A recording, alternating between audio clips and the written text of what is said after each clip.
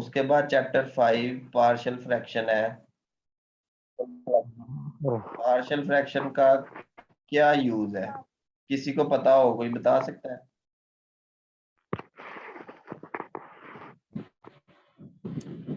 Partial fraction किसी में divided और जो एलसीएम है वो उसको फाइंड करता है। ये दोनों एक दूसरे के वो उलट कह ले आपस में।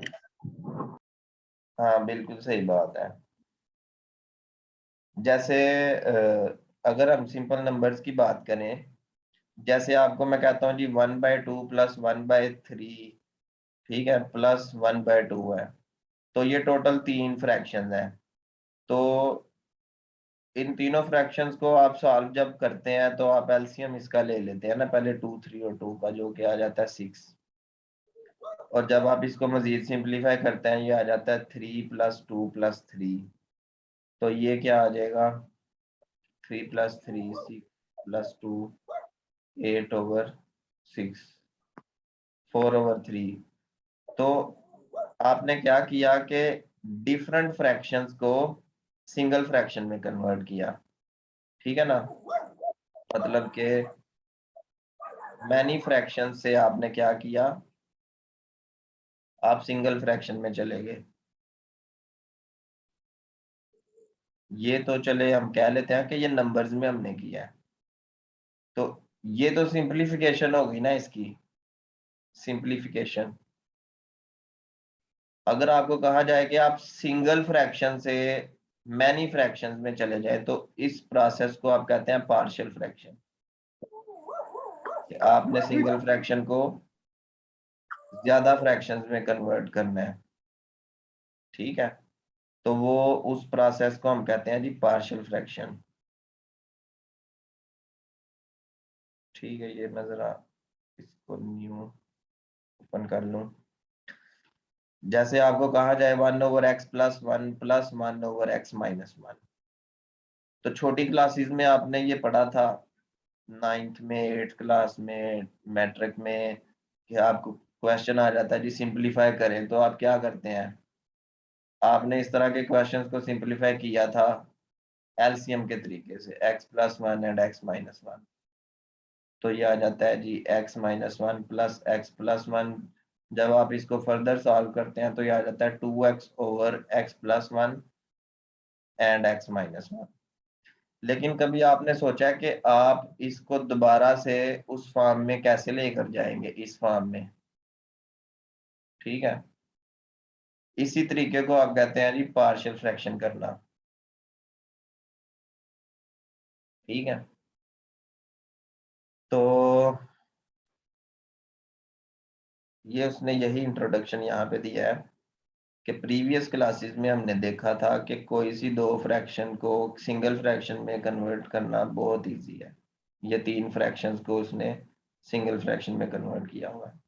लेकिन सिंगल फ्रैक्शन से दूसरी 2 3 फ्रैक्शंस में उसको कन्वर्ट करने के प्रोसेस को क्या कहते हैं, पार्शियल फ्रैक्शन, ठीक है।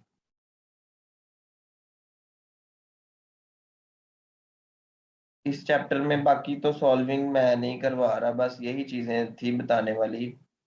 उसके बाद प्रॉपर और इम्प्रॉपर फ्रैक्शन क्या होती है। प्रॉपर फ्रैक्शन ये होती है कि न्यूमरेटर की जो डिग्री है ना, वो डिनोमिनेटर की डिग्री से कम हो, ठीक है। जैसे यहाँ पे अगर मैं कोई फ्रैक्शन लिख दूं x² + 1/x + 3, या x + 2 भी साथ लिख दूं। अब देखें इसकी डिग्री भी 2 है और इसकी डिग्री 1 यहाँ पे और 1 यहाँ पे, दोनों को मिला के 2 हो गई।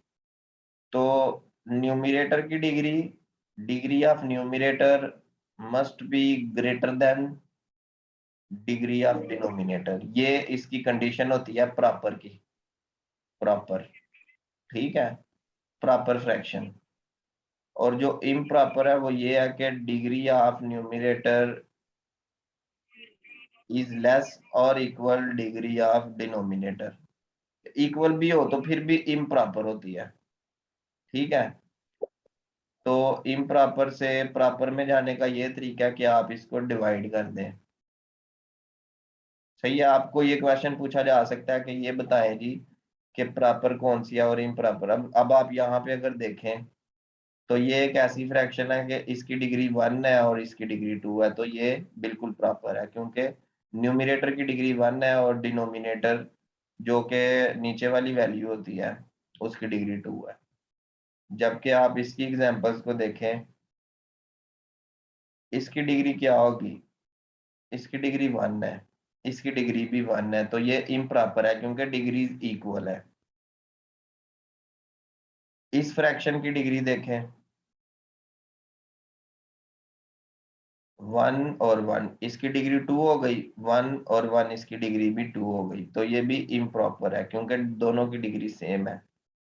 यहाँ पे न्यूमिनेटर की डिग्री ज्यादा है, डिनोमिनेटर की डिग्री कम है क्योंकि 2 डिग्री न्यूमिनेटर की है और डिनोमिनेटर की डिग्री 1 है, तो यहाँ पे डिग्री ज्यादा होनी चाहिए थी, तो ये भी इम्प्रॉपर है।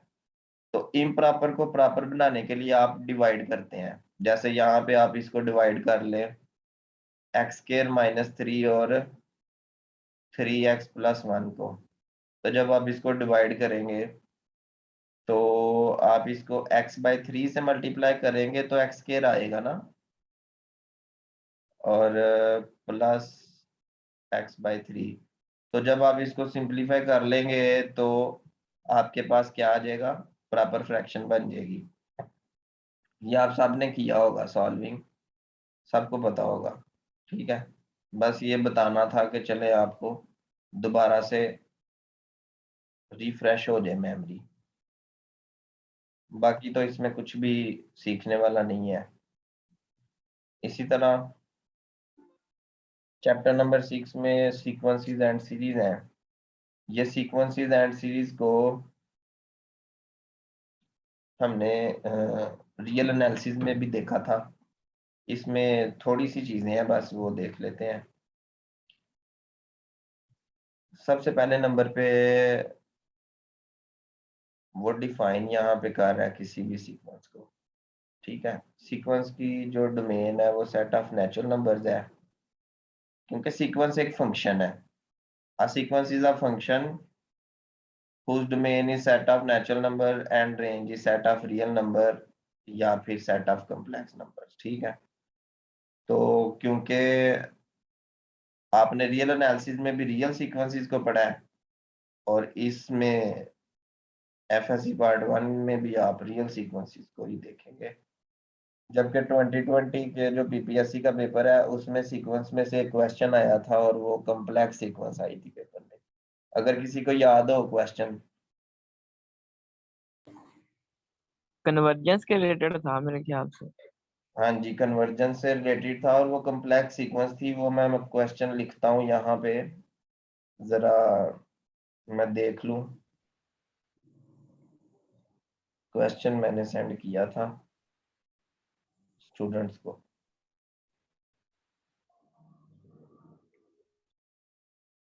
किसी के पास अगर पेपर है तो सेंड करें जरा मुझे।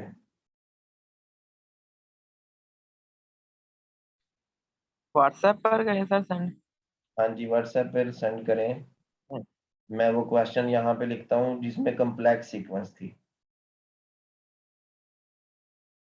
इसी तरीके से तैयारी होती है, आपके माइंड में जब क्वेश्चन आया आप फौरन उसको देखा करें।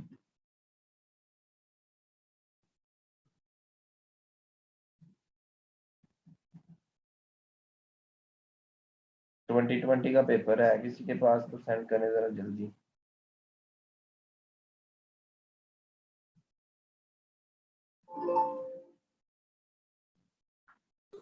जी कर दिया। हाँ सही है, मैं यहाँ पे लिखता हूँ क्वेश्चन। ठीक है,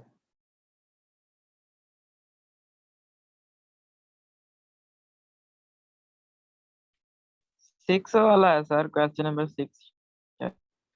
वो शफल हुआ है ना, डिफरेंट पेपर्स में डिफरेंट नंबर होता है पेपर कोड के हिसाब से, ABCD जो कोड होता है ना पेपर का।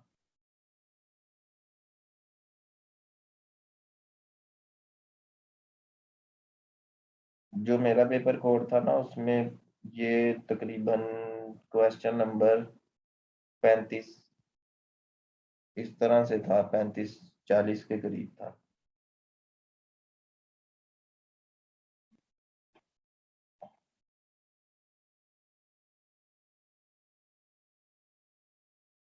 हाँ जी, ये देखें, ये क्वेश्चन है 2n iota over n plus iota minus 9 minus 12 iota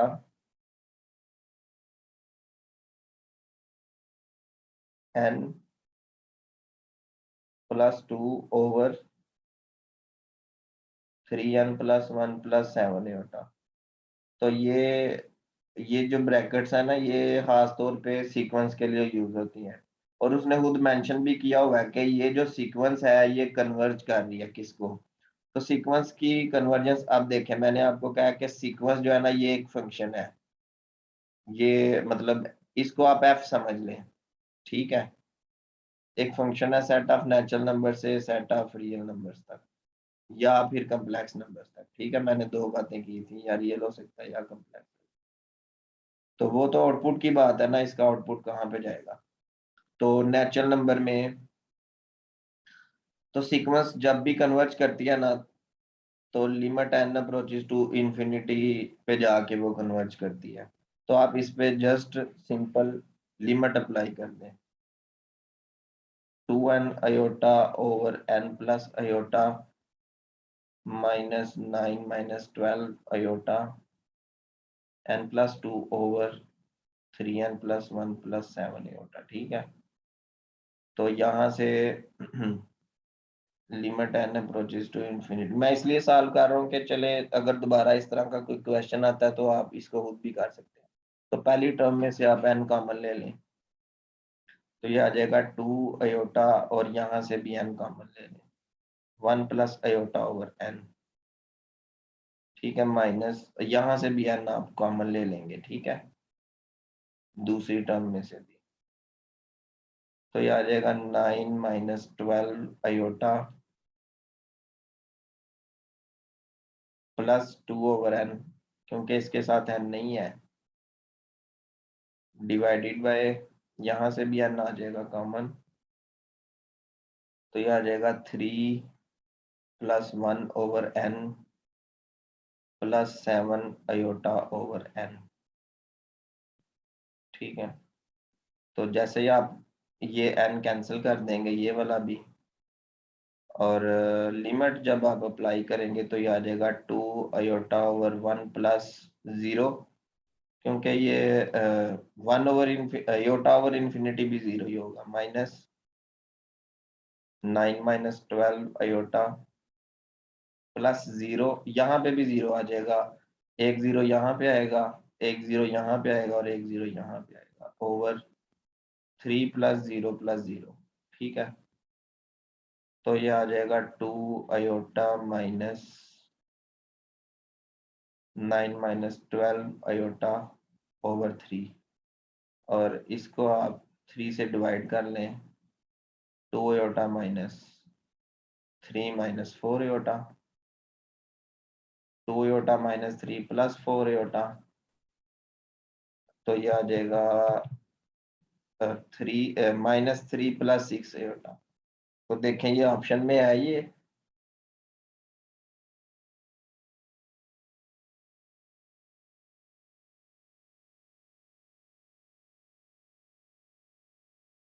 हाँ जी ये ऑप्शन में है ना, ऑप्शन सी।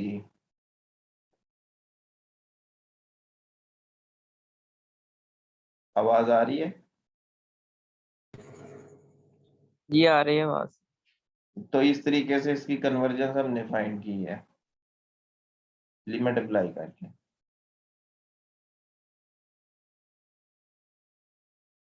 ठीक है,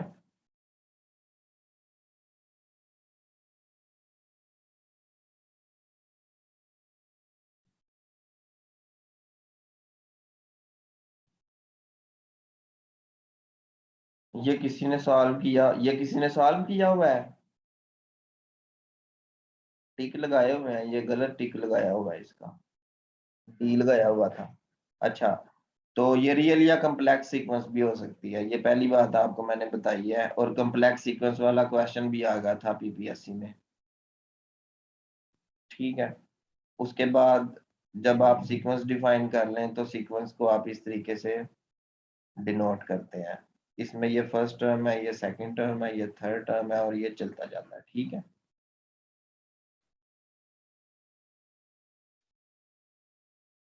उसके बाद आपको ये एक्सरसाइज करने की जरूरत नहीं है पीपीएससी के वाले से ना। अर्थमेटिक प्रोग्रेशन क्या है? अर्थमेटिक प्रोग्रेशन एक ऐसी सीक्वेंस है जिसमें हर आने वाली टर्म किसी खास नंबर को प्रीवियस टर्म में ऐड करने से आती है। ठीक है, ये इसकी डेफिनेशन है। अर्थमेटिक प्रोग्रेशन एक ऐसी सीक्वेंस है जिसमें हर आने वाला नंबर प्रीवियस नंबर में कुछ ना कुछ खास नंबर ऐड करने से, फिक्स्ड नंबर ऐड करने से आती है। ठीक है, हर अगली टर्म उस फिक्स्ड नंबर को कॉमन डिफरेंस कहते हैं।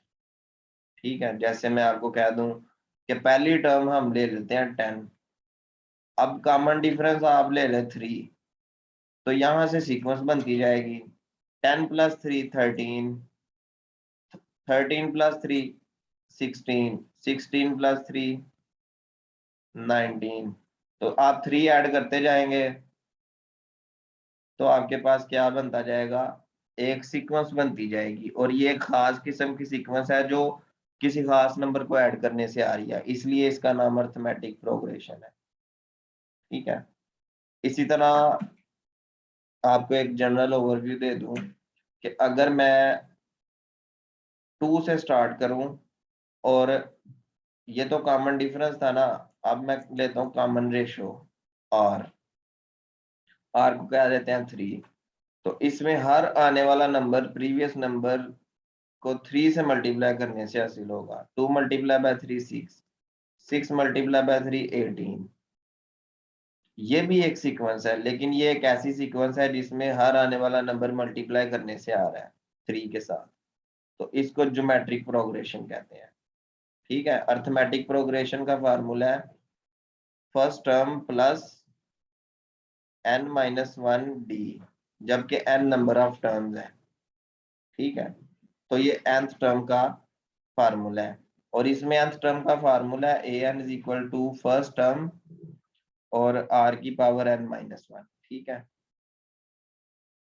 जैसे आपको मैं कहता हूँ कि ये मैंने 3 टर्म्स लिखी हैं, यहाँ पे आपको टर्म नंबर 10 चाहिए, A10 चाहिए डायरेक्ट, तो आप जस्ट यहाँ पे जो डाटा आपको गिवन है ज्योमेट्रिक प्रोग्रेशन में, आप वो डाटा यहाँ पे पुट करेंगे 2 3 की पावर 9, इसको सिंपलीफाई करेंगे, आपके पास 10th टर्म आ जाएगी। और यहाँ पे अगर आपको 10th टर्म चाहिए अर्थमेटिक वाले केस में, तो जस्ट आपने क्या करना है, A10 = फर्स्ट टर्म जो है वो 10 है,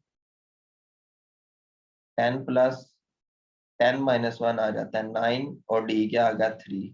तो इसको जब आप सिंपलीफाई करेंगे तो 10 + 27 ही आ जाएगा 37। तो ये आपके पास 10वीं टर्म आ गई है। जब आप इसी प्रोसेस को कंटिन्यू करते जाएंगे, first term, second term, third, fourth, fifth, और कोई 10th टर्म ऐसी होगी जिसकी वैल्यू 37 होगी। ठीक है, तो ये अर्थमेटिक प्रोग्रेशन और ज्योमेट्रिक प्रोग्रेशन का ओवरव्यू था। फार्मूला भी मैंने आपको बता दिया है, बुक में से भी आप देख सकते हैं। अर्थमेटिक मीन ऑफ 2 नंबर्स, ये फार्मूला आना चाहिए, दोनों को ऐड करके 2 से डिवाइड कर देते हैं। तो अभी मीटिंग का टाइम खत्म हो रहा है, इसी को हम कल कंटिन्यू करेंगे। ठीक है, तो किसी का कोई क्वेश्चन है तो पूछ सकता है, और कल कोशिश करेंगे कि इसको जल्दी से हम खत्म कर दें चीजों को। चैप्टर नंबर 7 मेरे ख्याल से ज्यादा इंपॉर्टेंट है।